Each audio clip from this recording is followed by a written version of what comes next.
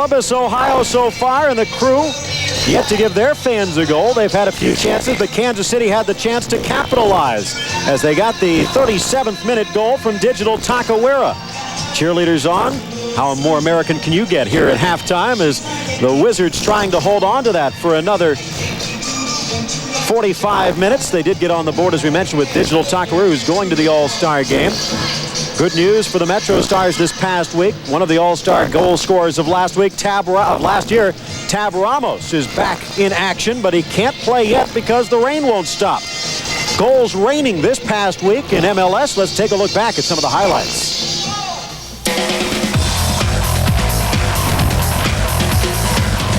A battle for first place in the West. Kansas City at Colorado. Colorado's Paul Bravo with a big goal in the late going to send the game into a shootout, 3-3 after regulation. But Bravo, who had the chance to give the Rapids the win, missed his opportunity when his shot went wide. Matt Comasco was stopped by Ammann, and the Kansas City Wizards stayed on top in the West. A switch in San Jose. Laurie Calloway out, and Brian Quinn is the new coach for the Clash. His former U.S. teammate Dominic Kinnear helps him win in his debut, downing Dallas. The LA Galaxy win into Tampa Bay with an 0-7 record on the road. And Tampa Bay's newest Brazilian gets one, Gilmar. And then Gilmar scores his second goal of the game with a back heel shot. The LA Galaxy fall to 0-8 on the road. Major League Soccer. This stuff kicks. Mentioned no game going on in Tampa Bay yet. We'll try and update you on that if Mother Nature allows us. Right now, 1-0 at the half. Kansas City leads it.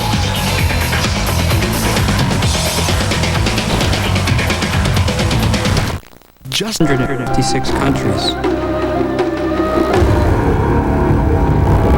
Sometimes against all odds.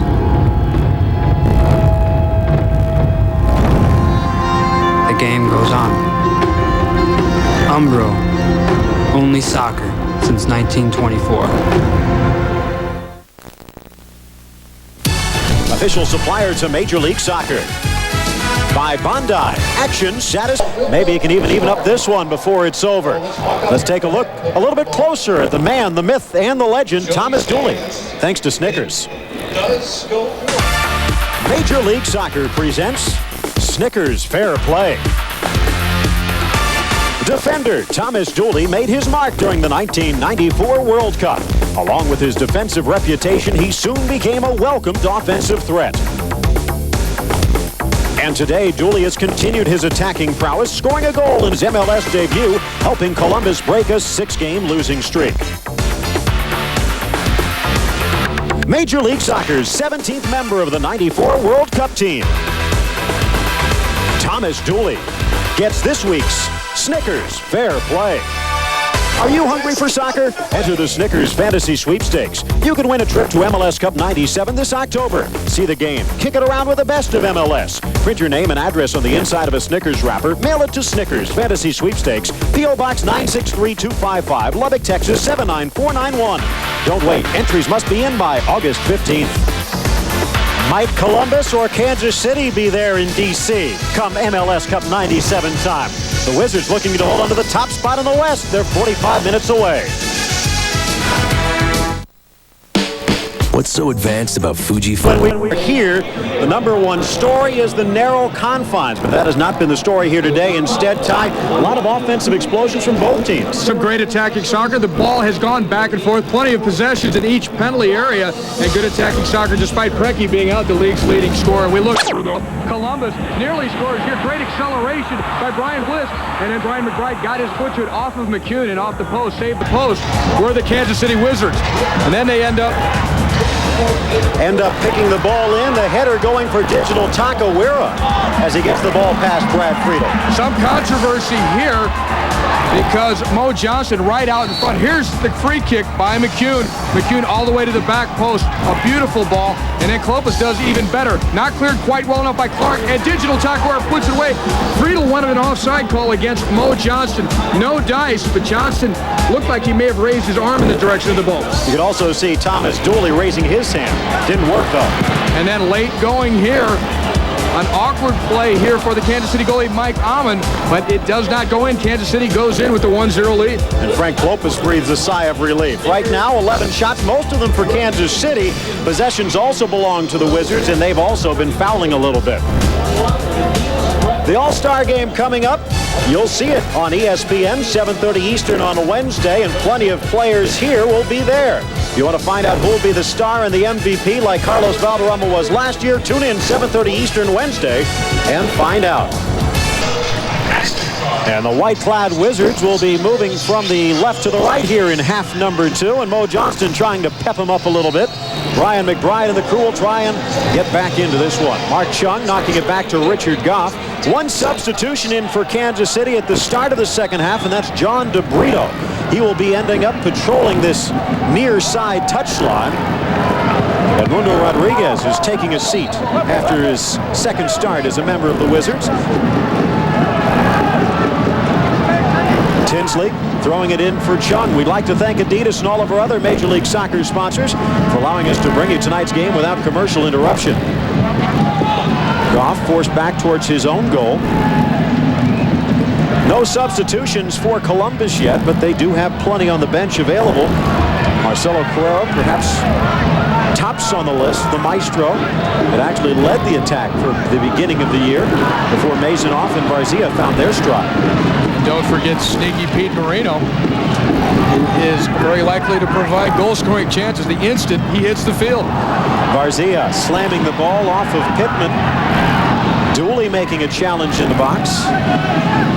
Knocking it back was Yeagley, and here comes Clark.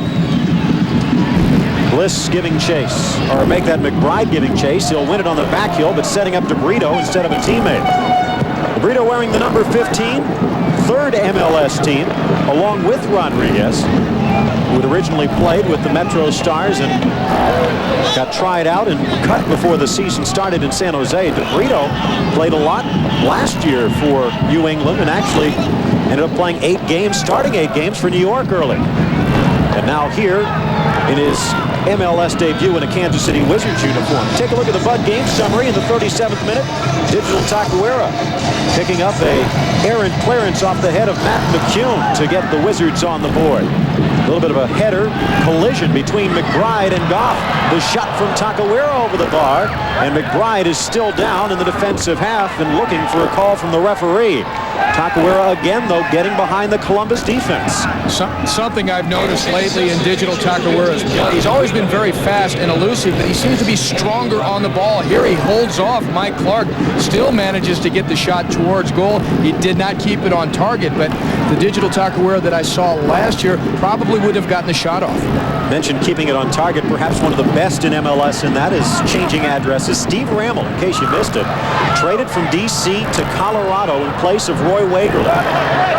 So Rammel will get the chance to start. He's been on the bench much more than he would like this year, with Moreno and Diaz Arce playing well. Near side, making the run is Smith as Varzia takes a tumble, but on the ground keeps the possession and getting it out to Mike Clark. A resourceful midfielder is Robert Varzia, a good two-way player. Clark off Pittman, stepping through Farrell, but hits a bump and cannot keep possession. It is a throw-in for Kansas City deep in their own end. Plenty of other action going on tonight. San Jose, Colorado, and New England and L.A. coming up a little bit later. They are underway despite the raindrops in Tampa Bay with the Metro Stars in town.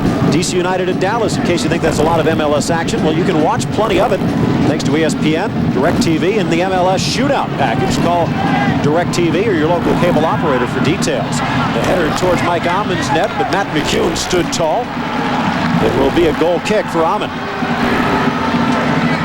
Plenty of delay thanks to Mother Nature as Tab Ramos gets his second start of the year for the Metro Stars. Good news for U.S. soccer fans, especially for Metro Stars fans. Tab Ramos adds a special sort of excitement and charge to the U.S. attack. His great dribbling skills. Brito heading it in the air. Johnston looking for the foul as Lapper was all over. Long ball back to Ammann, giving chase Mazonoff. Bliss and Okafor collide, and Chung comes away with it. Johnston near side to Brito. Waterbury, Connecticut native. Flipping it forward towards Okafor. Cleared away by Clark. Johnston. Tinsley. Cannot get it past Farrell. Yeagley to Mazonoff. The two Hoosier teammates. Back to Lapper. Far side Clark. Also out of Indiana. Long ball for Varzia. Bounds out of play, and it'll be a throw-in again for Kansas City. Not having much luck with the bounces on that far side. Number 19 in black for Columbus, Robert Varzia, out on the right side.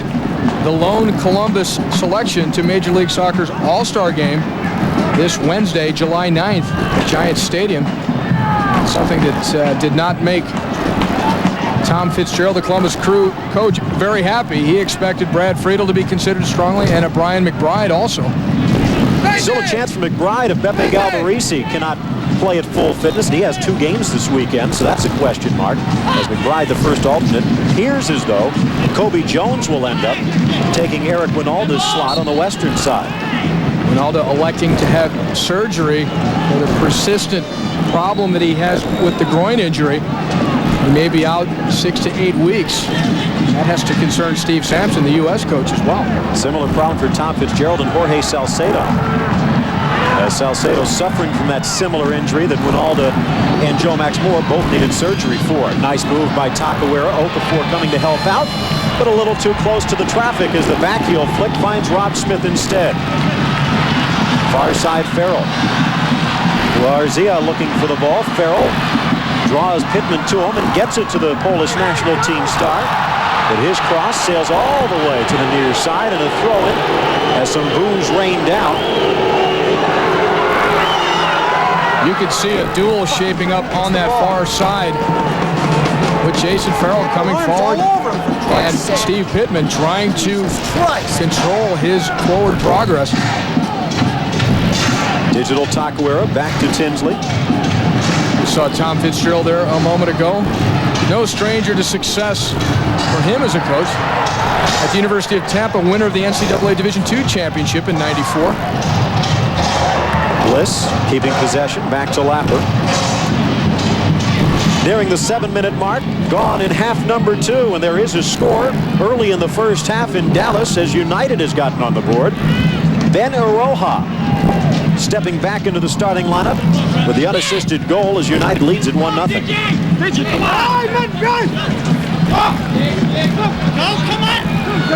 Phil Shane, Ty Keogh with you here in Columbus, Ohio. Large crowd on hand to root on the Crew, but they have been silenced by the Wizards so far tonight. Touch of magic that Tom Fitzgerald would not like to see on this Independence Day. They'll call the foul, and Friedel will come out to send it wide. Hard hat night is the hardest working team, getting a little protection for the fans tonight. It was a festive crowd given the holiday up until the time Takawera put Kansas City on the board. Mike Ammann in goal for the Kansas City Wizards leads MLS in victories for a goalkeeper. He already has 11 of them. Bliss intercepts. Looking for Dooley. Down to Varzia. The shot on the half volley rolls weakly into the arms of Mike Ammann, but Dooley setting up his teammate well. And Varzia applauded Dooley's efforts to get the ball into them. And the Wizards much more effective in the box, generating 6 shots and 1 goal. Only 1 shot inside the area, despite 26 times they've been in there for Columbus. Perhaps not that surprising to see the numbers that high on a narrow field. You got to play somewhere, so put it in the mixer, as they say in England. Okafor collides with Yeagley. I think foul will go against the big man. That is the difference, though, in style between these two teams. Generally, Columbus will just bang a ball towards the box, a more direct approach, whereas the approach work by Kansas City has been on the ground. Remember Klopas in the early going at his defender. The same with Mo Johnston, creating problems in there. So they keep the ball on the ground just a bit more, Kansas City does. Pittman lifting the ball up. Outside, it'll be a throw-in for Columbus. Mike Ammann about a yard or 2 off the line. Varzia inside, and Ammann will grab it just in front of the boot of Richard Gough. Ammann got into an argument last week with Edmundo Rodriguez for a similar play. Preki on the bench. He is available tonight, but they prefer not to use him. And with the lead, you'd expect Ron Newman to keep that phone on the hook. Preki can add so much, but right now things under control for Kansas City. Although you can never count out Columbus, especially if Dooley starts to sneak forward. Lopez, the nice pass to Chung. The left foot across the middle. Takawera held up, and he didn't even fight for it, though. Mike Lepper had such a good defensive position on him. Here's Takawera, the deflection back to Chung.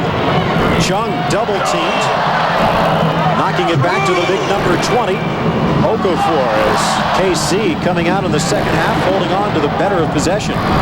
DeBrito trying to dribble his way through a triple team, and Mazonoff will come away with it.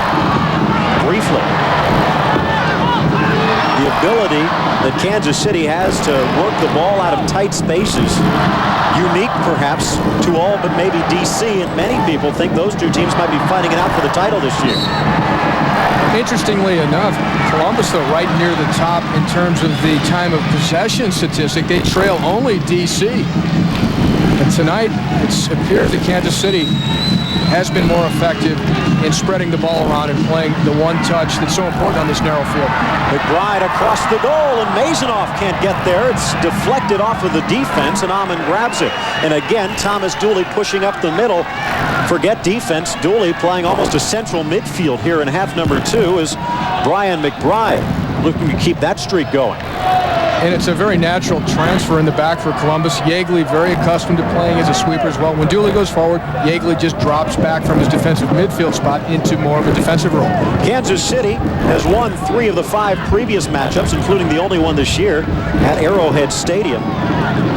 Matt McCune scoring the fastest 2 goals by the same player this year, 5 minutes, tying Roy Lassiter for the second fastest of all time. Mark Chung got a goal, as did Todd Yeagley, but at the end it was KC 3-1 after explosions last year. 5-1 Columbus, 2-1 Columbus, 4-3 in a shootout for KC in the 6-4 game, which still holding the mark for the most goals combined. We had the chance to see that one. Mazonoff headed away by Gough. Smith, the nice stutter step. Dooley trying to flick it past and almost found that net. That perhaps the Thomas Dooley special. Dooley very lethal with the head ball deep in the box. And he sneaks in there. He's known as a defender. And now he's spending more and more time up there because his team is behind by 1. Rob Smith does well to get it in there. Look at Dooley unattended. And that is really inexcusable for the Kansas City defense. They should know where the danger is, and the danger's written all over Thomas Dooley, the number 5 for both the USA and for the Columbus Crew. Smith. Farrell won a title with Seattle last year outdoors in the A-League. His play there as well as indoors in Kansas City, ironically. An NPSL title, Kansas City Attack last year. Farrell also won an NCAA Division II championship at Seattle Pacific University. Long ball looking for Johnston, but Clark getting there well in time. Columbus will be going the air route more and more, and it's going to be difficult to beat Richard Gough, the great Scottish central defender, former captain of Scotland, and Matt McCune next to him in the central defense for Kansas City. McCune 6'2", 190. But if anyone can beat those two guys, it would be Brian McBride and Thomas Dooley. Barzia using his balance to almost get it past the big Scot, but the Lionheart coming away with the ball and blasts it back to midfield.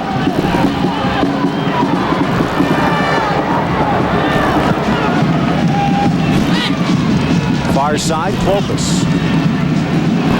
Chung again on the overlap, and Clopas will use him. Chung against Dooley. Chung to the left foot. Back to Clopas, near side Okafor. Instead he'll go for Johnston, flipping it through, and Takawera again standing still. He got the goal and might not be fighting that hard for the second. At least that's what it looked like Mo Johnston was signaling, as Matt McCune, as we mentioned, the 2 goals in the 5-minute span. The train, Matt McCune steamed through for 2 goals. One of them, one of the top goals I've seen this year, as he beat 2 or 3 players in midfield to set himself up against Columbus. Ryan Tinsley could hear the footsteps and slams it out for a corner kick. Mike Ammann about 2 yards off the line, and Tinsley picking up the near post. Mark Chung will find the far post as Kansas City making no mistakes on this one. Corner kick number 6 for Columbus, and they're setting it up for a short one as Masonoff and Bliss both in the near side.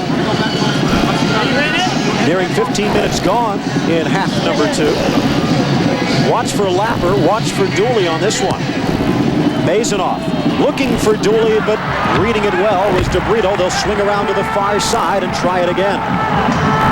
And again, the danger men, Thomas Dooley right there on your screen. Mike Lapper has scored goals for the U.S. national team with his head coming forward on corner kicks. Looking, back post. McBride can't get there. Yeagley wins it. McBride hacked from behind by Gough. No call. Here comes Okafor with some time. Stolen away. Masonoff can't get past the sliding John DeBrito, showing a little bit more intensity than he did last year in New England. And obviously on his third team, he'd like to stick around for a while. Well, he's made 2 good defensive plays just in the last minute. 30 minutes left to go in this one, and you take a look at what Columbus has done offensively. There's still a chance. However, each of the games in that 6-game losing streak also resulted thanks to a late goal allowed. So far, Brian McBride, not a big factor. Not entirely his fault. He needs to be fed balls from Varzija, Masonoff, especially, even Jason Farrell coming forward. Is that perhaps the formation, though, where he's really the only man up front? He is isolated, and he can be effective there, but he needs people close by to combine with. DeBrito from Takawera. You can see a little impatience there as he fired the shot and bangs it off of Clark, but Kansas City holds on. Nice move by Johnston near side. Here's Tinsley, the former San Diego indoor star. Tinsley, double team, gets past Dooley. Fires the cross in. The header from Chung. Clopas bringing it down, but cleared away by Clark. Good work on the near side by Tinsley, but Kansas City could not get a shot off. Also nice work by Chung to head that ball back down into a dangerous part of the penalty area that Columbus is trying to defend. Johnston against Lapper. Both spent time in England in the professional ranks. Lapper with Southend United over the past couple of years. And Johnston's played about everywhere. Great line. One of the first stars to play both for Glasgow Rangers and Celtic, and he said he was glad to bring them together because at times there were people on both sides who hated him. So they were all happy. Long throw from McCune, headed away by Bliss. They'll back up about 10 yards and try it again. 28 minutes left to go as Tom Fitzgerald looks on worriedly. Johnston, or Gough actually fighting for that one. Cleared away by Varzija, and again McBride, the only man near the center circle, flipped away by Okafor, and that'll give KC the chance to track back. Bob Smith, the former All-American from South Carolina. Brian Bliss through to McBride, who holds it well. That's the one thing that McBride might use to get back on the national team. Good cut by Smith, but McCune was there to shut the door. McCune's so strong there in the tight situation. He had already cloaked McBride all across the midfield and then built a fence around that loose ball to gain possession. Chungy holding on to the ball, far side. McCune with McBride closing the door. Smith.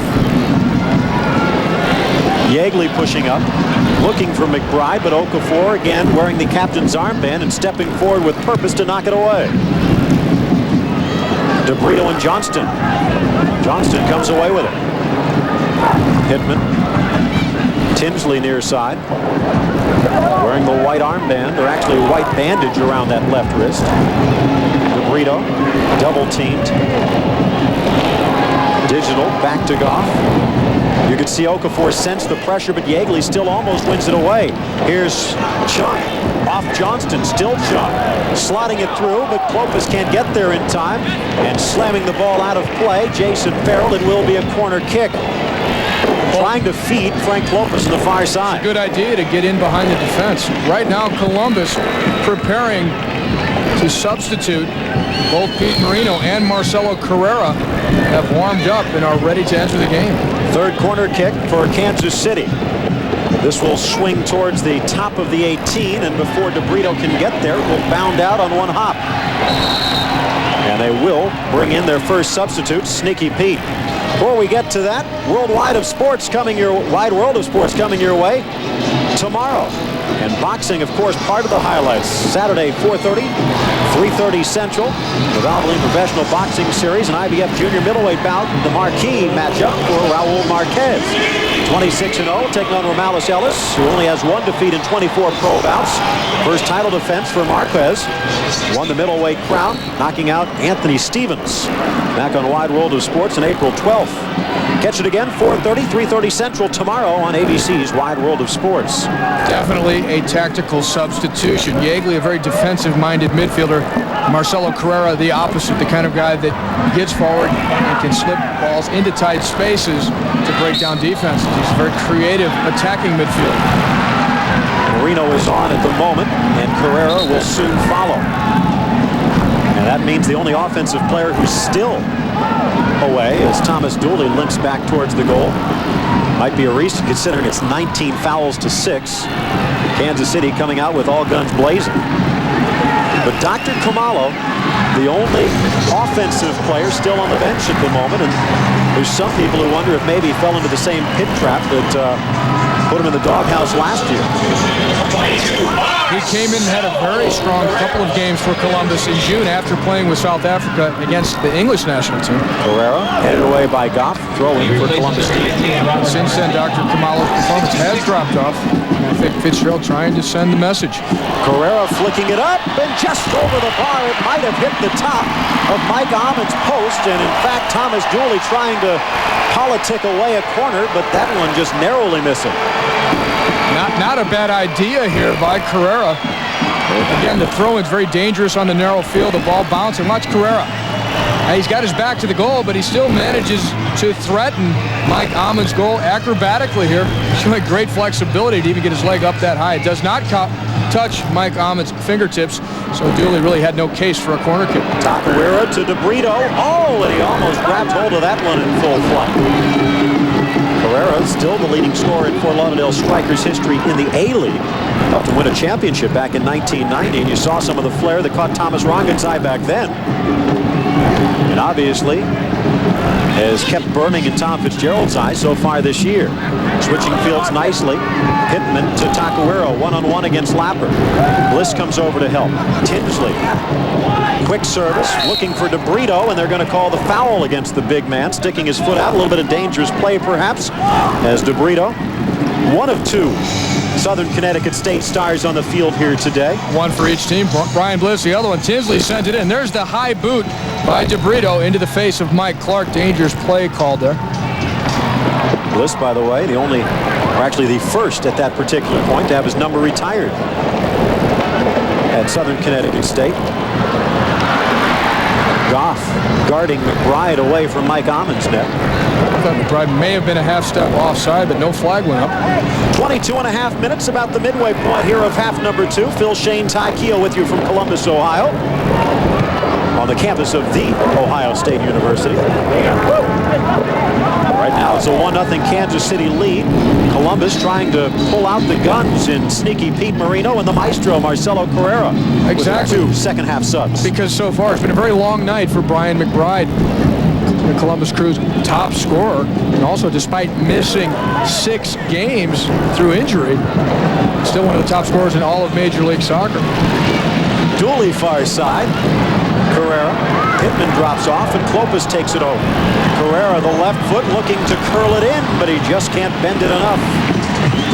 But it's been a long night for Brian McBride because of Matt McCune and Rob Gough. They've not really allowed him to play. They've not allowed him to turn or collect the ball.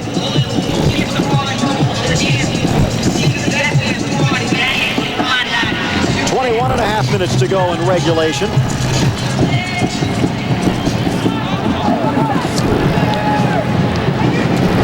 Nice play by Chung. Gets it past his numerical counterpart, Jason Farrell. However, he trips over it in the process. That will not be a highlight in the Chung family home for long. Near side, making the run, Smith and McBride, but it won't get there. Carrera keeps possession, though, for Columbus. Tough tackle there by Tinsley in midfield. Well anticipated by Johnston in the return pass from Takawera. Johnston trying to thread the ball. Takawera gets it anyway, tucking it far post goal. Somehow that ball bounces off of Mike Clark when it looked like he had it all wrapped up. And the second goal of the night for Takawera for the second straight game. Digital Takawera taking up the slack for a missing Preki. Preki has an ankle problem. He's on the bench. He could be used, but they look like they won't need him now. And Carrera here goes to play the ball through Johnson, reads it perfectly. Takawera there puts a great ball. Cutting across the green is Johnson back in. And look at Mike Clark. He had his foot on it. He couldn't quite find the handle. He was foot cuffed. And it slid through into Takawera. Takawera knows exactly what to do with these. An extra little touch in there to set it, and he tucks it past Brad Friedel. Foot cuffed. A little bit of extra hardware tonight in the Keogh household. Mason off far side looking for Farrell. It will bounce once and bounce out. Throwing deep for Kansas City, who currently has that 2-0 lead. We talked about Digital Takawera being a controversial selection for the All-Star game. But judging by the last two games, that controversy is right out the window. And not just the finish there on this second goal for Kansas City. Just the approach work, the ability, the understanding between him and Mo Johnston to work at it when they had the 2-on-2 situation. Takawera played 5 years with Dynamos FC back in Zimbabwe. Spent a year in the Swiss second division with Winterthur, and then came over for Kansas City, where last year he scored 13 goals with 7 assists, 6th in the league in scoring, as Mike Ammann, pressured, but comes out to grab hold easily. And right now, Takawera with 6 goals and 4 assists. And well worked also. Give credit where it's due to Mo Johnston as they just turn the Crew defense inside out.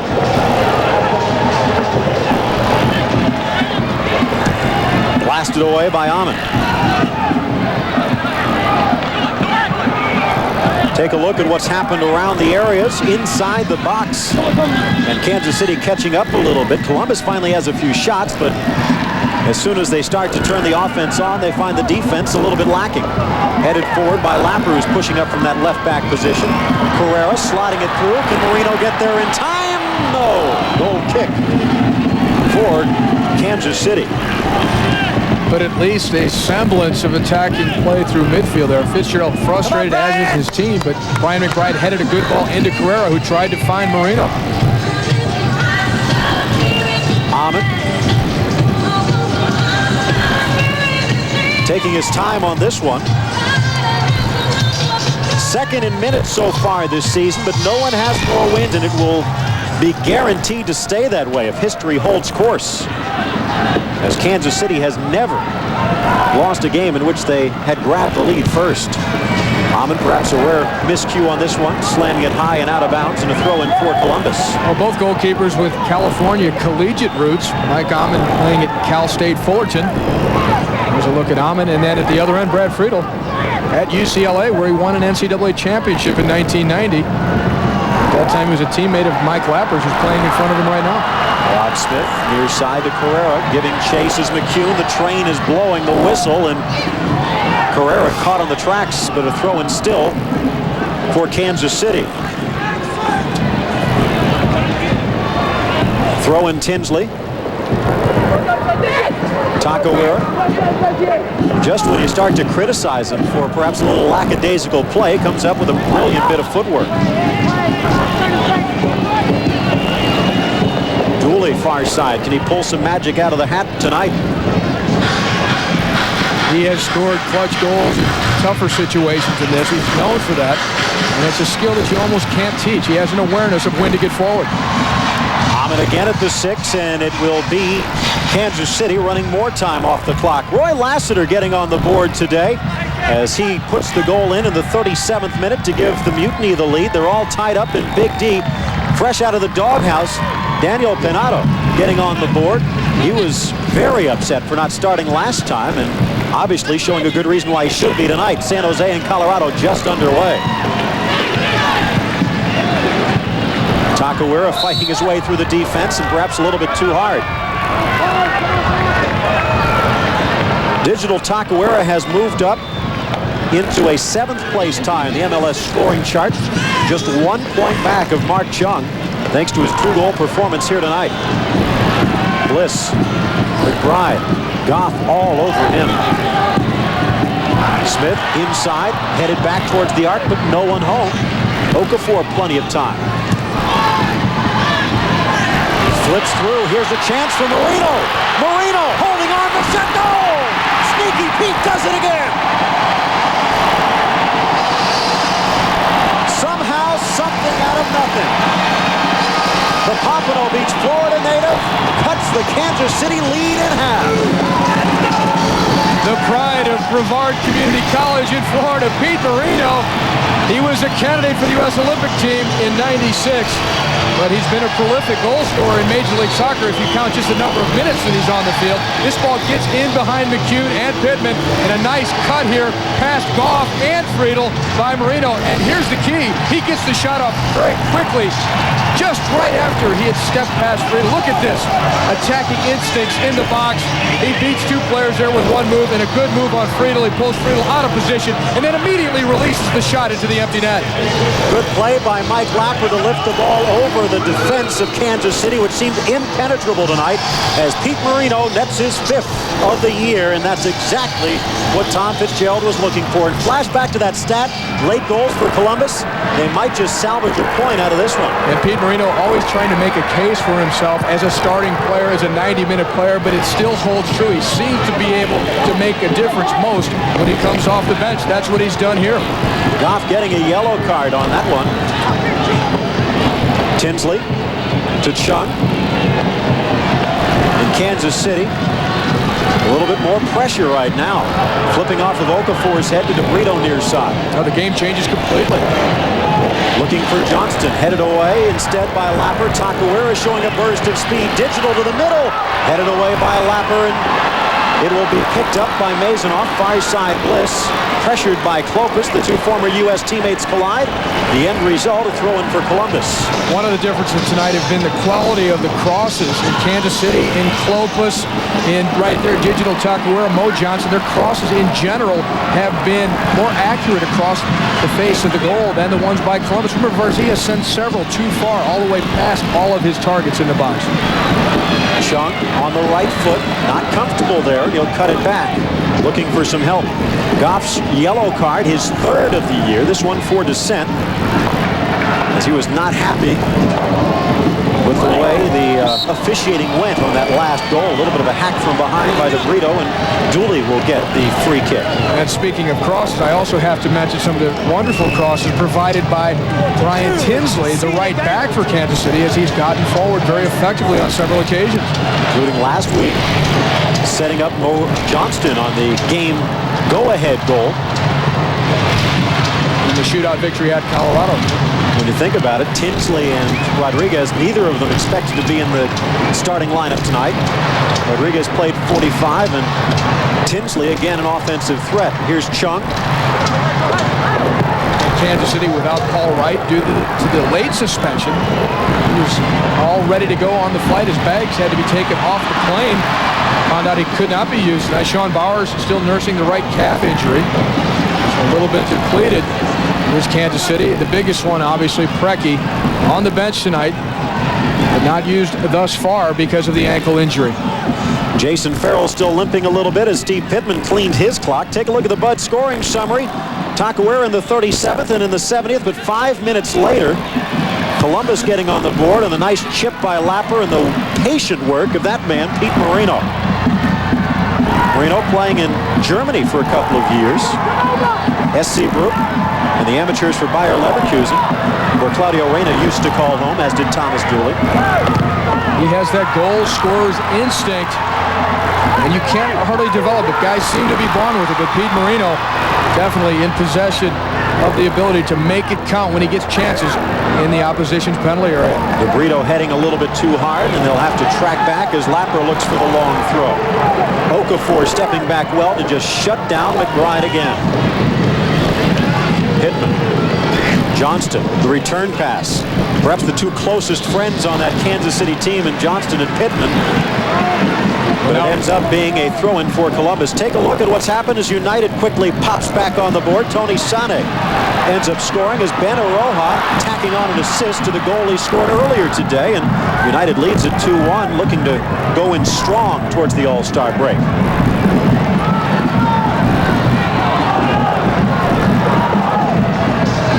Mazanoff here playing the ball right near the halfway line.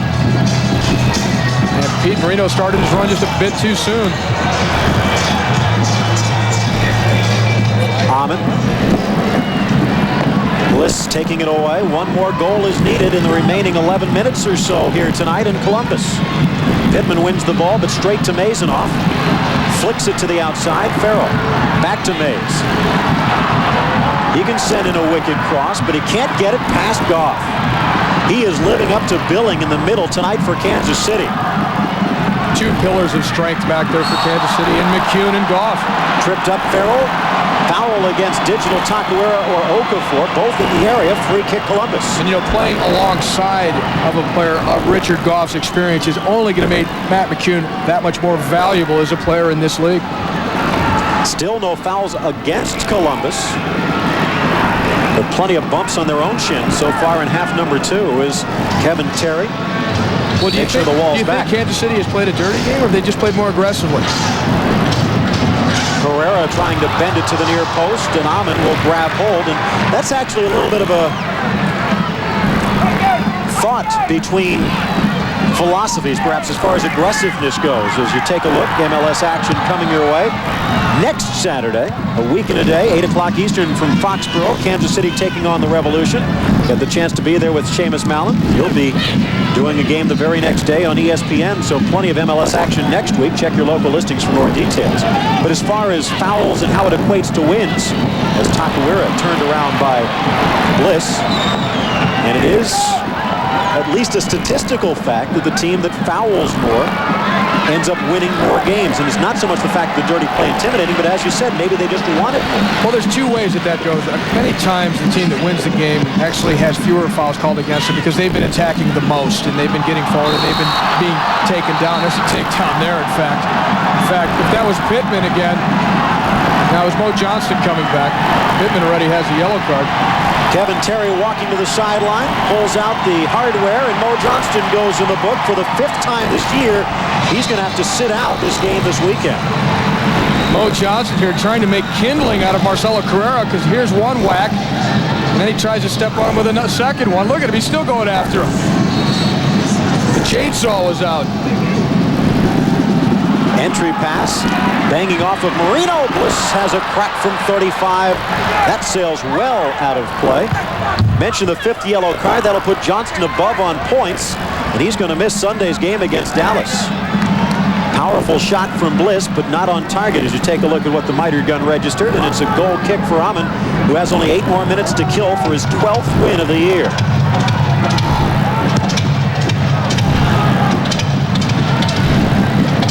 Lapper, no one around but Lionheart. Gough flicking it back and almost running on with Sneaky Pete again. Sneaky Pete has added a spark to the Columbus offense, not just because he scored the goal, but Brian McBride's starting to even slow up a little bit, as if he's not quite totally game fit in terms of endurance because he missed all of those games, or perhaps even his ankle becoming more sore as the game has progressed. Friedel. Johnston intercepts at midfield. Friedel's about 8 yards out. Johnston thought about having a go. Instead, plays it into the path of Clopas, but the big man Friedel steps out. Mentioned 9-2 here in Columbus and stepping in as the Crew's keeper, but it looks like he's only about 7 minutes away from being 9-3. Well distributed by Friedel a moment ago up the right side to Jason Farrell, and I wouldn't paint it too bleak yet for Columbus. They are very dangerous on corner kicks, throw-ins like this one because of McBride's heading palm. Bliss trying to get past Chung, can't get past Tinsley. Slammed back to midfield where Digital Taquera, the only offensive player right now, as Kansas City collapses on their own box. Flipped on by Mazanoff, cleared by Gough in the white-clad number 13 mark. Chung coming away with it briefly. Taquera can't get past the Maestro and Carrera, and Columbus Swiftly whips it down the far side. Easy for you to say. New word, swiftly. Cleared away. It'll be a throw-in for Kansas City. Phil, the other thing that has changed here for Columbus as we look at Brian McBride, remember the entire first half and until Marino came on, McBride was the lone forward for Columbus. Now he has Marino alongside of him. So not only is Marino a danger, but I think McBride becomes that much more dangerous himself because he has someone to work off of. Basically plays McBride's Winalda as he gives another target on the wings. Under 6 minutes to go, and obviously Kansas City taking plenty of time to get this one back in play. Headed back to the middle, and Bliss will get it.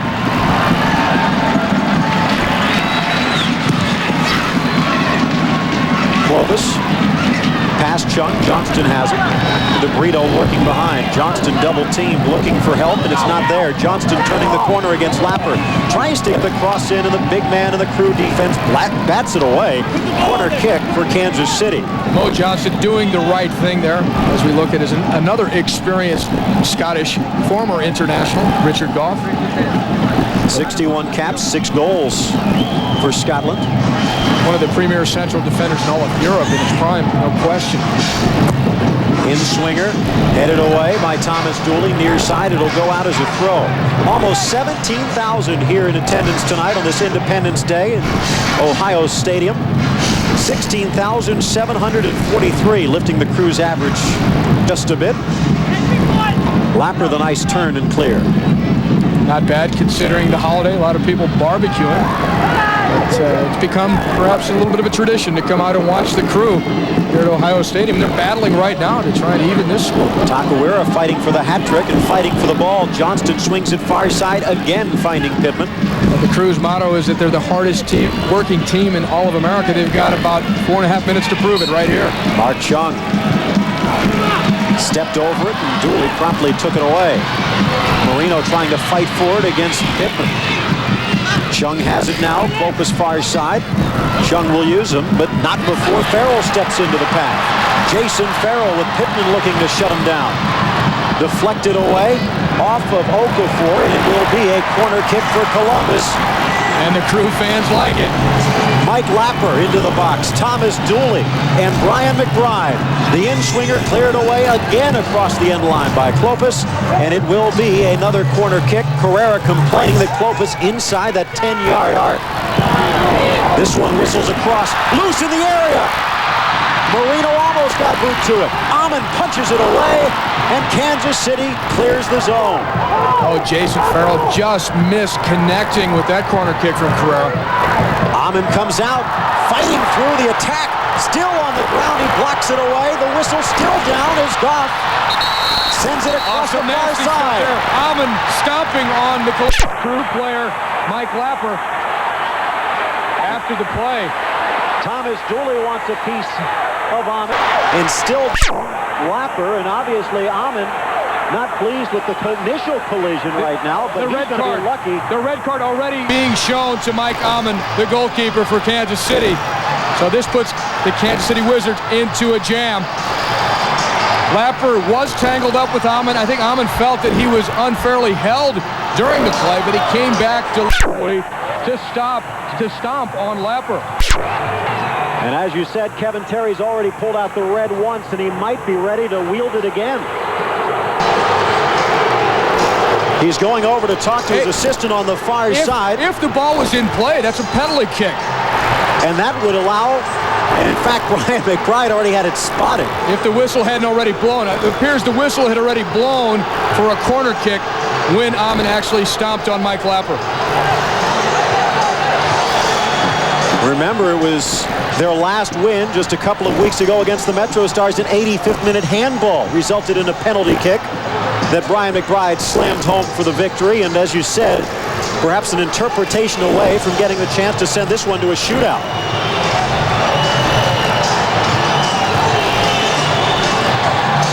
Controversy here. Clark sends the ball long into the box. And look at Ammann. He piles into Lapper. Now they're tangled up here on the ground. Ammann tries to get him, and Lapper did grab his leg. Now, Ammann's incest. Lapper kicked him also. but then Ammann kicked him harder and more deliberately and more obviously on the retaliation. And that's as it happens so often. The player that retaliates is the one that ends up being ejected. Lapper was by no means the angel there. DeBrito, the second half sub, will come out as Kansas City will have to play a man down. Snitko will step into the pipes. Richard Gough. Exactly how much heart does he and the Kansas City defense have? Less than 3 minutes to go. We're not starting. Carrera and Bliss on that far side. In order to substitute the goalkeeper, they took John DeBrito off. Mike Ammann likely awaiting a deduction from his paycheck. Mike Lapper might even have one as well. Lapper most likely will.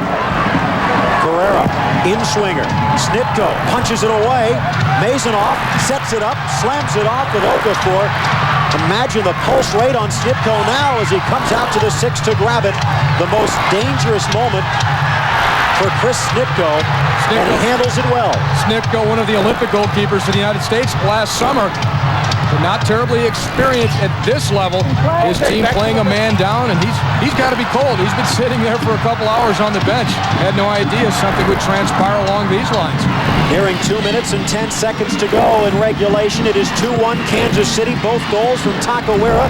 Columbus putting the pressure on of late. Now they have the advantage of an extra man as Mike Ammann is off. It'll be a win for Columbus. Dooley fighting for it, realizing time is ticking down. Edmundo Rodriguez behind Ron Newman there.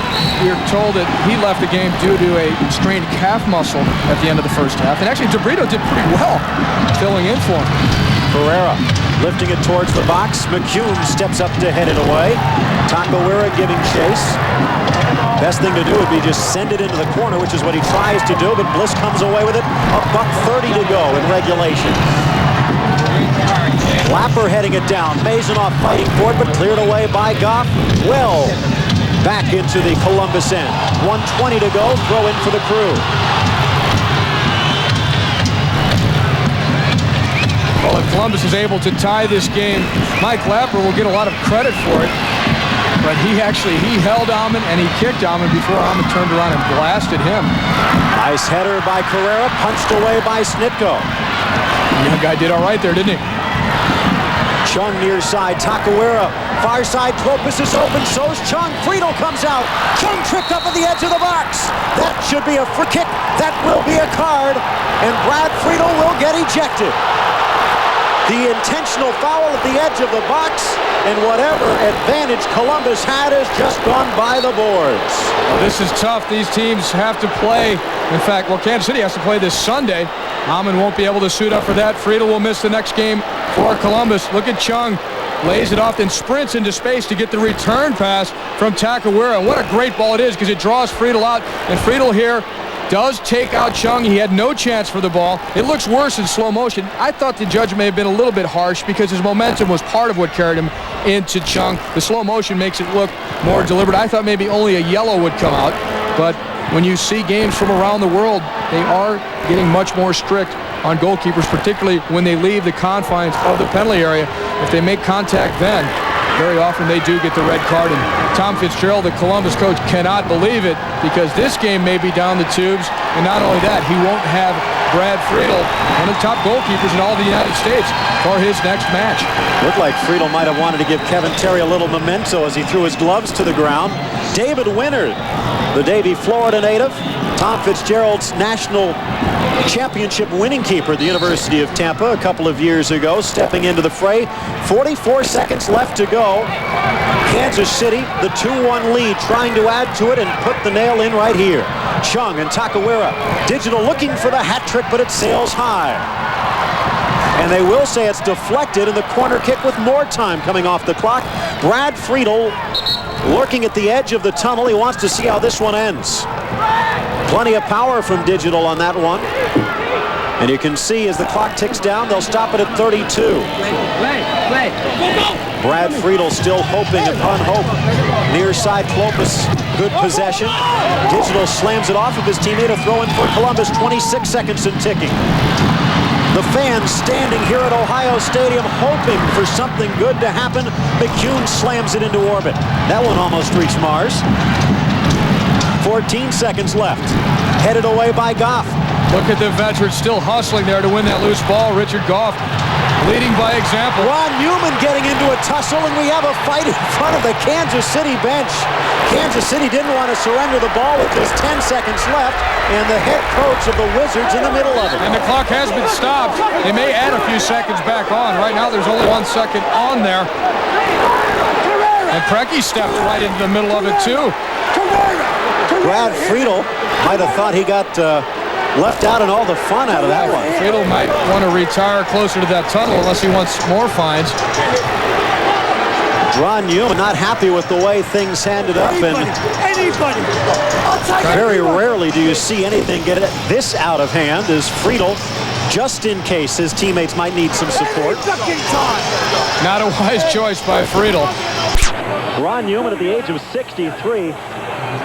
He's still hot. Kevin Terry waiting for things to happen and gets sorted out on the near side line. Newman has been ejected. Although you don't have to show a card to a coach. He wants to look good for his mugshot. Hey, you're too young. 1 second is left in the clock. It's going to be interesting to see if Kevin Terry adds any.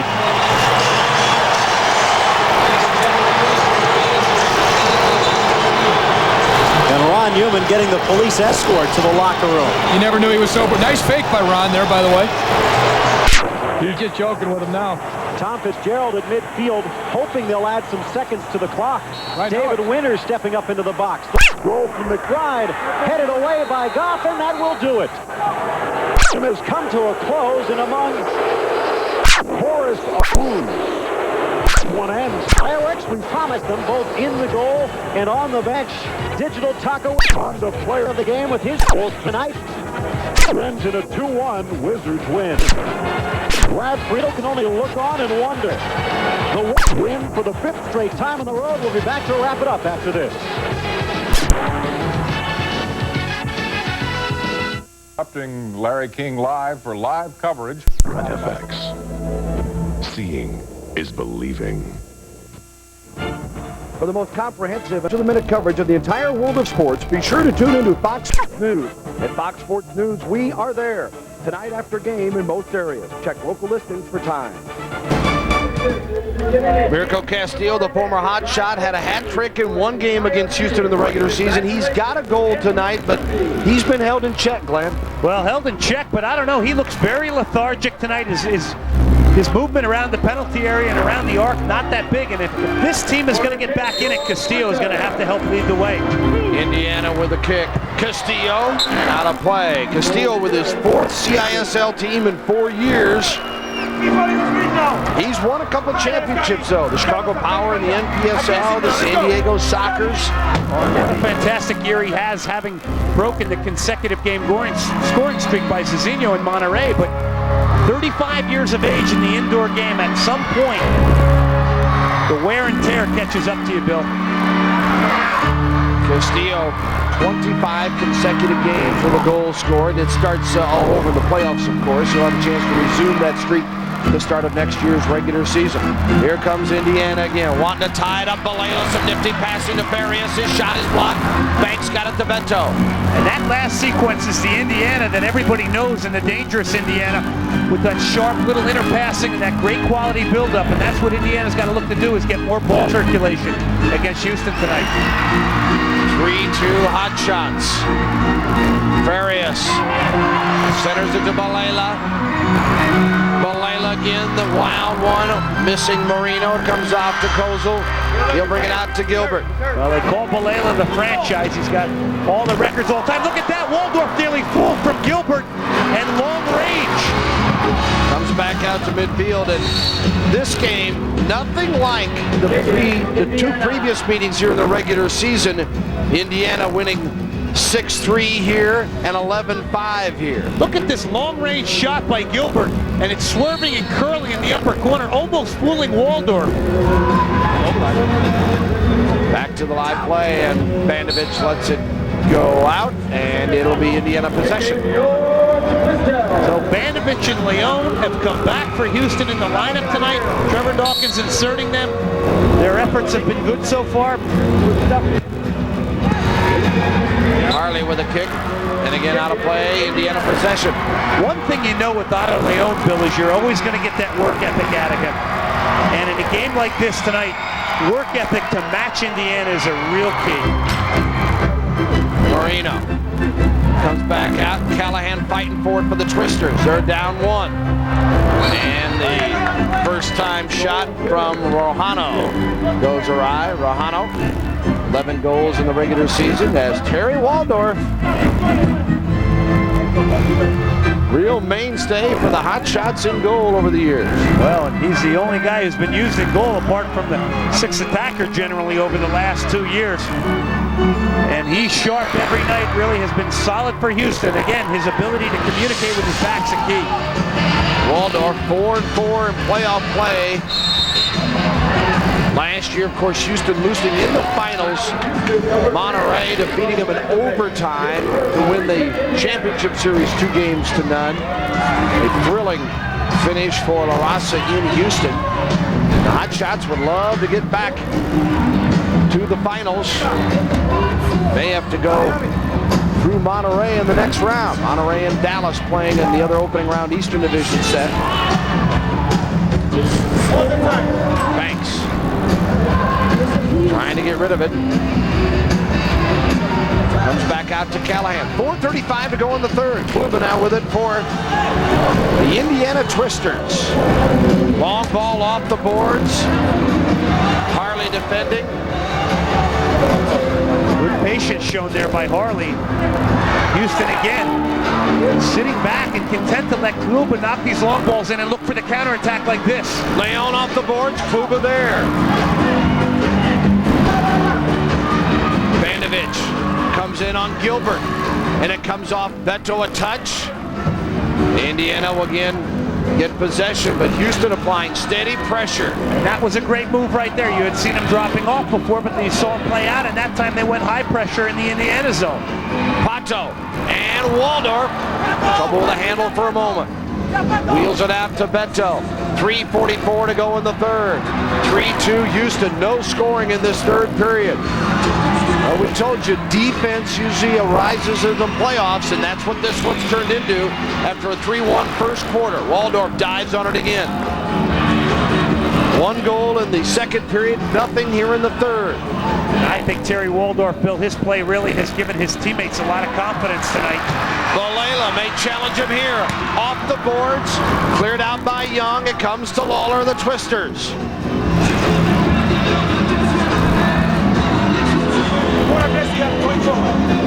Castillo. Back out to Lawler. Olavi marking him. 1-2. Olavi got there, and then it goes up off the glass above the crossbar. Mirko Castillo weaving his way through. Castillo, Young comes sliding in, headed back out. Castillo, he fires. Olavi controls, and Waldorf clears to Kluba, his counterpart. And that's the first moment we've seen Castillo really change speeds tonight and look dangerous, Bill. Yeah, that's been a main part of his arsenal, and we have not seen it much this evening. We've not seen that fire. We have not seen that change of speed from that man, number 10, Mirko Castillo. One of the top scorers in the Continental Indoor Soccer League, and if this team is going to get back in it, he's going to have to be more active up front for them. You know he wants it, still makes his home in Houston, former hotshot player, knows so many of these team players very well. And Castillo, one of the guys with a lot of playoff experience. Not many of these players in this Indiana team have that. He brings a lot to the table, and they need it all tonight. Timeout called. We'll take a break. 3-2 Houston, late in the third. Are you tired of playing Twister with messy rope, tape, and twist ties? Then you need the Handy Bundler, the world's first endless tie wrap dispenser. No matter what the size, Handy Bundler tightens to a perfect fit every time and secures anything as easy as 1, 2, 3. Now neatly wrap cable and TV wires for a better appearance. Tie garbage bags tight in seconds. Look, ordinary tie wraps just aren't long enough, but the Handy Bundler's cord extends to any size, large or small. It wraps them all. You'll find hundreds of uses for the Handy Bundler around the shop, at home, in the office, and on the job. You get the Handy Bundler, over 50 feet of durable nylon strapping, and 100 locking clips, all for $19.95. And it comes with this unconditional money-back guarantee. Order now. Call 1-800-951-6644 or send $19.95 plus $5.95 shipping to the address on your screen. For faster delivery, call 1-800-951-6644. This helmet protects me from serious injury. As a professional baseball player, I try to set a good example for young ball players. It is equally important for adults to set a good example when they're riding their bikes. Your example might save your child's life. We want everyone to play it smart when riding their bike. Wear a helmet. The Cleveland Indians, AAA, and your local police department want you to be safe and helmet smart. Get involved. Call for more information.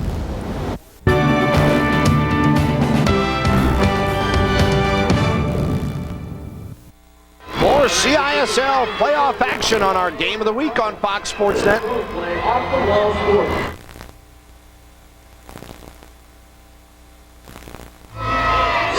Be sure to join us on the CISL Game of the Week as we continue in a playoff fight. Second round action, teams to be determined next week here on Fox Sports Net. Check your local listings. Trevor Dawkins on the right, Jorge Espinoza on the left. Boy, they want this one badly before they head back to Houston for game 2 and then 3 if necessary. Will be played immediately after 2 in a mini game format. Dougherty got a couple of assists tonight. Castellan 2 goals, Vanovich 1 for Houston. Castillo and Marino have the goals for Indiana. Here comes Dougherty, league scoring champ. Dougherty brings it back. Castellan drops it off for Banks. He fires it down. He just missed him with a follow and a header. And the Twisters going the other way. Nichols steamrolling his way. Nichols drops it off. Marino inside the arc. And the follow. And again from Balela. Boy, Indiana so close but unable to finish tonight. Houston just can't get a rhythm because of their pressure and play. Either side really can't get a rhythm. You saw Banks get forward for the first time tonight. Castillo, he fires Waldorf there. The follow, it's a goal!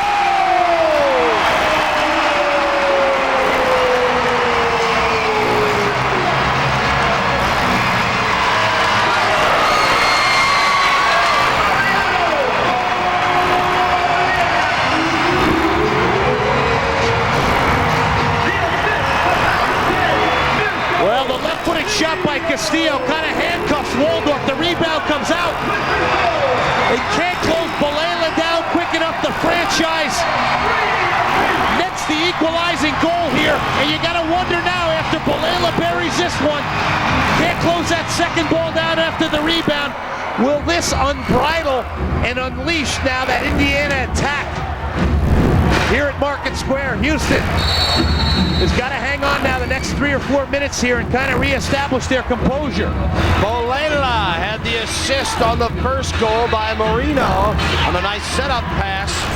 Here he gets the equalizer. And Balela ties it. We start all over. 3-3, 1:12 to go here in the third. Balela had 4 goals in the regular season against Houston, but he was shut out in that 9-1 whipping that the Hotshots put on the Twisters just a few weeks ago. That was in the final regular season meeting. But you throw it all out for the postseason. Farias with it for the Twisters. Boy, would this place erupt if Indiana could punch one in here. Nearly do. It comes back out. Kosel. Inside a minute. And out of play. It'll again go to the Twisters. They play the Rocky theme. And how fitting for a club that last year won just 10 games and this year tied Houston for second in the Eastern Division.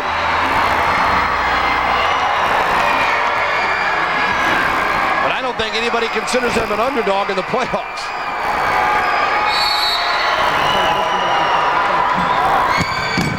Just above the crossbar, and it comes off to Kozel on the near side. Inside Waldorf cannot get a handle on it. Farias a touch, and again, they're frantic. Farias slides, shot, goal! Oh, mama!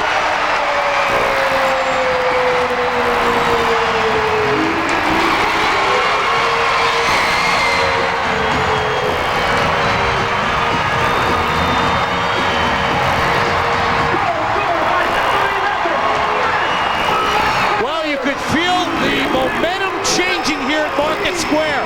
Look at the work here along the boards, and it's actually, I don't know if that's deflected in off Mike Britton or if Matt Blackburn gets number 19, but you could feel the energy switch in this building. And Blackburn gets into the back post there, buries number 19 for himself. What a huge momentum change that has occurred here in this building. The Twisters now up 4-3. And Blackburn with the goal. 4-3 Twisters. It comes with just 30 seconds to go in the third. And the Hotshots find themselves down. Here's Banovich. Harley. And again, Indiana has Waldorf way out of the arc. Knocks it back. 7 seconds. Nichols. Lawler. Twisters up by 1. Balela, that ends the third period.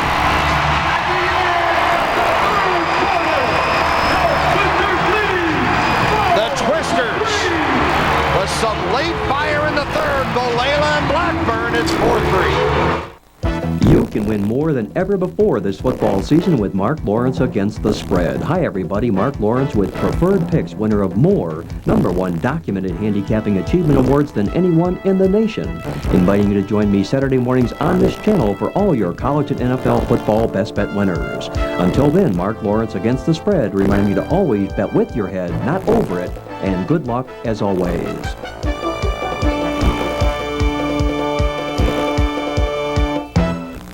A log cabin on the lake. Just me and my wife and fishing. I can tell you what I won't do. Won't just curl up and vegetate. Do something I've wanted to do since college. Go back to college. Eating un crucero. Alaska. Secure your retirement plans with U.S. savings bonds. When you think of retirement, you think no more boss, no more responsibilities, but it also means no more paycheck. So where will the money come from? I have a pension plan where I work.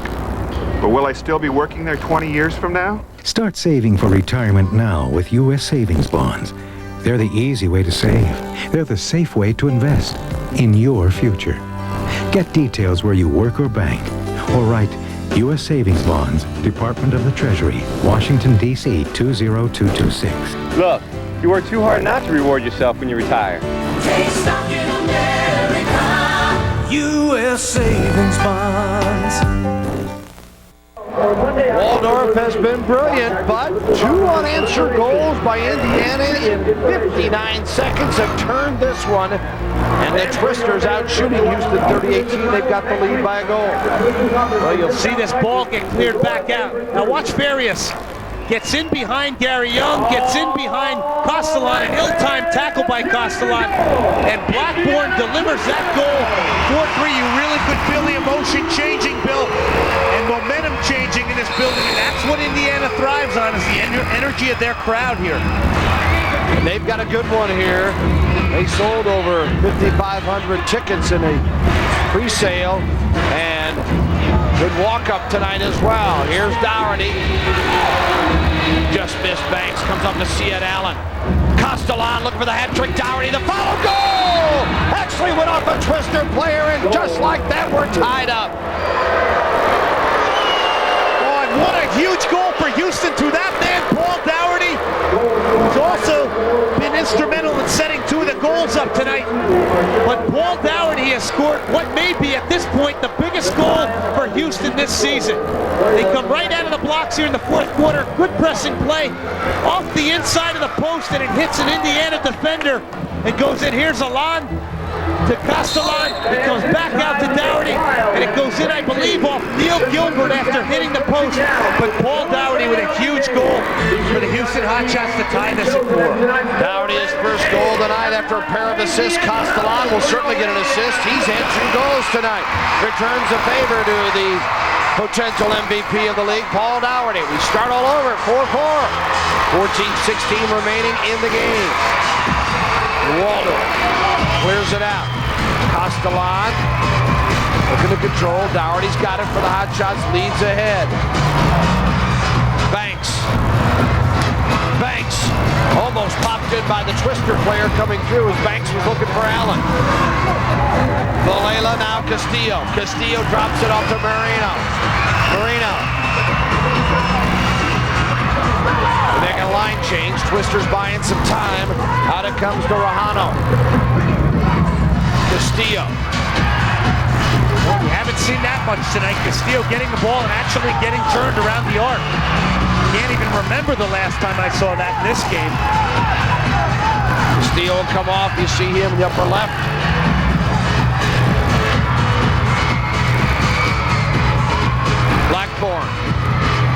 Blackburn. Banks looking for an opening, protects it. Beto clears.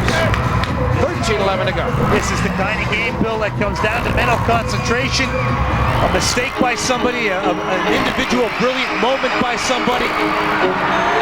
This is an incredible 4th quarter now, setting the table for who may possibly go through to the next round. This is a big game psychologically. We had a 3-2 halftime score. No scoring for the first 13 and a half minutes of the 3rd period. And then all you know what broke loose. Valela and Blackburn score within 59 seconds. The last one was just 30 seconds to go in the quarter. And then Dougherty counters for Houston 21 seconds in here to the 4th.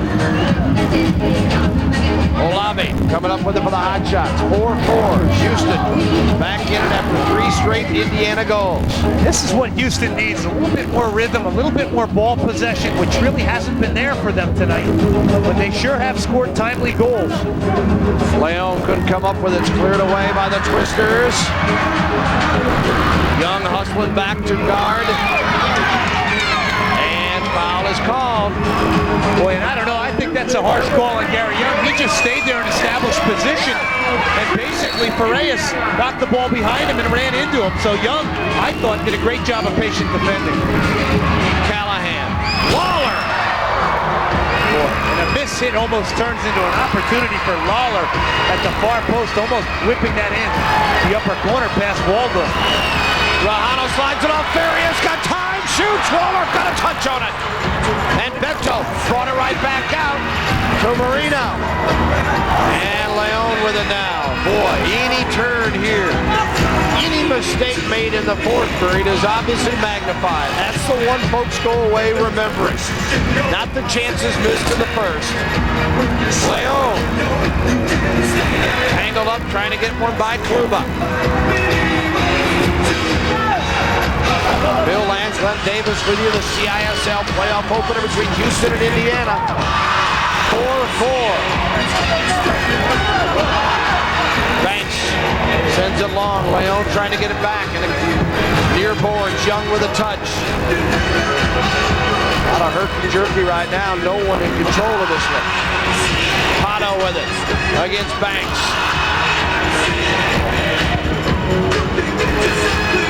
Dougherty making a stab at it, comes back to Kluba. Now this is where Houston has to make a stand and not get content to sit back. When they see the opportunity to win the ball, they've got to break out, like right here. Somehow they got to get out of this pressure of Indiana. And here they are again, doubling Waldorf. Marino pulling right off the chin of Young. It comes back to Koza for the Twisters. Look at the quickness there. Inside. And knocked away. Young and Dougherty converge to save. Great opportunity by Pato. Pato hesitant there. And on a night like tonight, you can't be hesitant. The opportunities are not going to remain. When in doubt, rock and fire. Marino trying to lead it ahead. Well, you tell both these teams, particularly this group on here right now, a little bit tired right now, Glenn. A lot of enthusiasm, a lot of adrenaline to start the period. Now it's kind of settled in. Well, and this is where you may see a little bit more circulation of the ball and a little more rhythm because people don't have the legs, but still, people not being allowed a lot of time on the ball. Bolela trying to find his way by CISL and loses out. Castellan's had a great game tonight. Tried to slip it off on the wing to a speedy Britain, got it knocked away and stolen.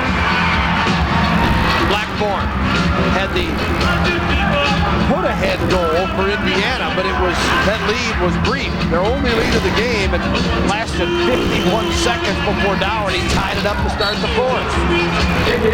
And again, Houston responding with that timely goal after 2 minutes where they really were out momentumed and outscored there and lost the lead they had at 3-2 with only a few minutes remaining in the third quarter. We see Damian Harley there, boy, a lot of work. Terry Waldorf in goal. Tremendous efforts tonight, some spectacular saves. And I'm sure he's going to be called on to make more. Hard shot, hit the post and came back out. Oh, I don't know how Kozo missed it. He got robbed. And I think Waldorf thought it was in. He laid on the ground for a moment. Waldorf was laying down. He thought it might have went in. Everything but. He got a bad carom if you're a Twister fan. Say, wait a minute, at my place, that's supposed to go in. Castillo with it for Indiana. Now Dougherty and Harley knock it away. It comes back to Bolela. Kozo with it for the Twisters. 8:38 to go in the fourth.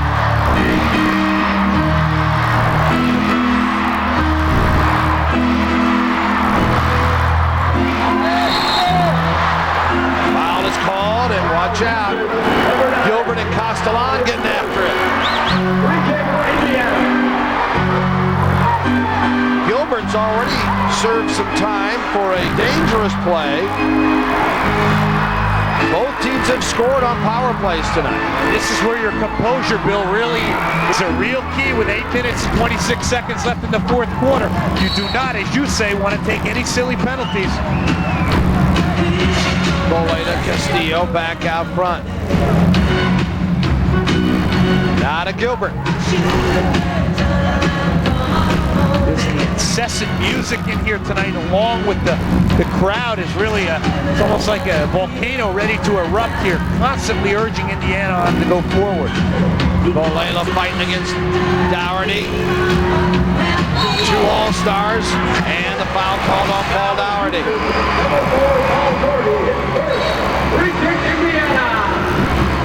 Long ball on the free kick, out of play, goes back to Houston with a timeout called. We'll take a brief break. 4-4. It takes so little to save our waters for future generations.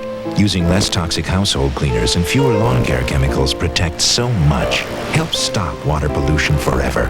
Clean water. If we all do a little, we can do a lot. Only the toughest fighters go the distance. Fight night at the Anaheim Pond, where the strongest stand alone. Monday at 11 on Sports Channel. Now you've got 2 new reasons to get a Money Store home equity loan. Because now there's a loan that comes with 2 deferred payment coupons. So you can decide when to skip a payment. Like during the holidays or later on. It's your choice. There's only one way to get a loan that lets you choose when to skip 2 payments. If you own a home, call 1-800-LOAN-YES and apply before December 31st. The Money Store, where America goes for money. It's Riker Ford's annual cheapskate sale where these new cars, trucks, and vans are darn near cheap as a pair of skates. You gotta get down here. Slow down, whoa.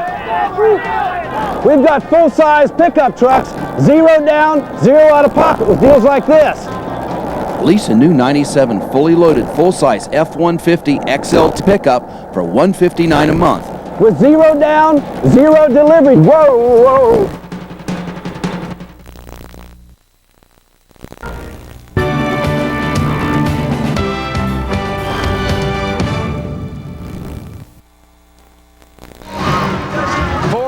Houston and Indiana, and this is how close they come. Here's a free kick, quick one. It's Kozel taking the shot. Now look at it, hits the post. Waldorf, I believe, thinks it's in. Kozel, who has not scored any goals this year, Bill, would that have been a huge goal for your number one of the season? Even he's smiling about it. He's got his earpiece in. He goes, yeah, Glenn, I got 3 assists, haven't had a goal. Well, we'll have to thank him for smiling on cue after this one. Had 6 a year ago out of Yavapai Junior College from Phoenix, Arizona. Well, and that's a real junior college power out there in Phoenix, Arizona, where he has played and won a number of national titles. 4-4, 7:49 to go. Indiana want to break it right here. Waldorf, a great stop that time on the shot by Rajano. And Houston trying to get it back. Bento does, sends it ahead. Chris Santo coming off with a few times, maybe the first time tonight. He and Gianpaolo Pedroso warming up a little bit in between the break. Boy, how difficult do you think that is, Bill, to be on the bench for this high-energy, intense game and to be thrown in there with 7 minutes and 30 seconds left? Not an easy task. Kluba got a touch on it. The battle is on in the corner now. And long ball to Waldorf. You might have seen that like a beach ball, soccer ball came on the field in the middle of that play. Rajano knocked away for a moment. Various shot blocked by Hassim Alabi, and then this one out of play. Good job by Nassim Alabi as Waldorf got some help. Well, Bill, that was a huge block by Olabi. Olabi has not borne the fruit that everybody expected in the goal-scoring department, but I'll tell you one thing, his work ethic tonight has been a key, and that was a huge play he just made down there to prevent an Indiana goal. 6:50 remaining, 4-4 playoff style here at Market Square Arena.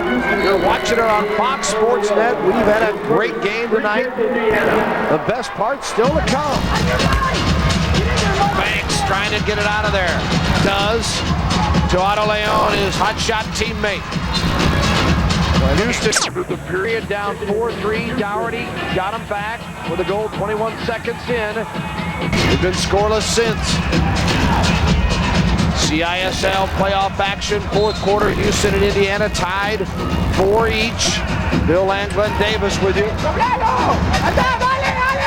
Bento, the shot, the follow, hit inside the crossbar. Nearly bumped it in, and then Kluba clears. Oh, the agony, the ecstasy for Houston on that one. They thought that's in the net through Leon. And the other way, Pato with a great opportunity against Waldorf. Castellan. Vandevich, and now Britton lost the handle. Gilbert with it. Mike Britton tonight, Bill, has had trouble on the ball. His distribution has not been up to his normal excellent standards. Castillo shot blocked by Castellan. Comes back to Mirko Castillo. Castillo got an assist and a goal tonight. Bolela, Blackburn, Moreno have also scored for the homestanding Twisters. Out of the arc. Meanwhile, it's been Castellan twice, Vandevich a power play goal, and Dougherty's got one for Houston. Bolela off the boards, Britton, and now comes off to Waldorf. Great defending there, though, by Britton to stay with Bolela. So quick on the turn around the arc. Dougherty trying to feed Castellan. Kluba out of the arc. Better be careful, he is, and it comes all the way back. Harley runs by it to Waldorf. 4th quarter, there's our situation. 5:08 remaining. Tie game. Game 1 of a best of 3. The only game to be played here in Indianapolis. Zato back to Waldorf, and he wheels it right back out as Castillo was there in case there was a bobble. Chris Santo to Harley. Either one of these teams want to go to overtime?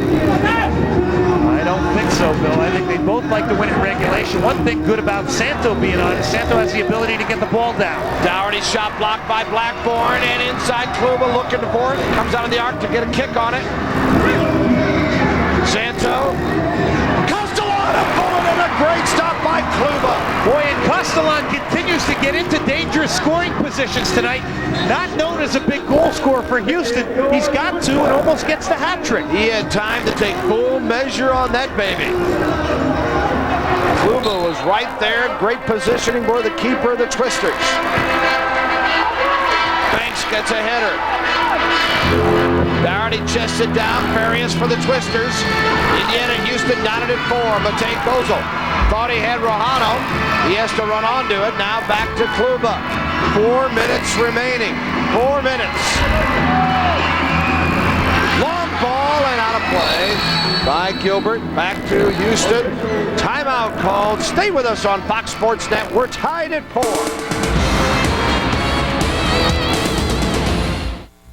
There's a new movement in fitness, a new momentum to working out. A fun, low-impact fat burn combining the best of what's come before.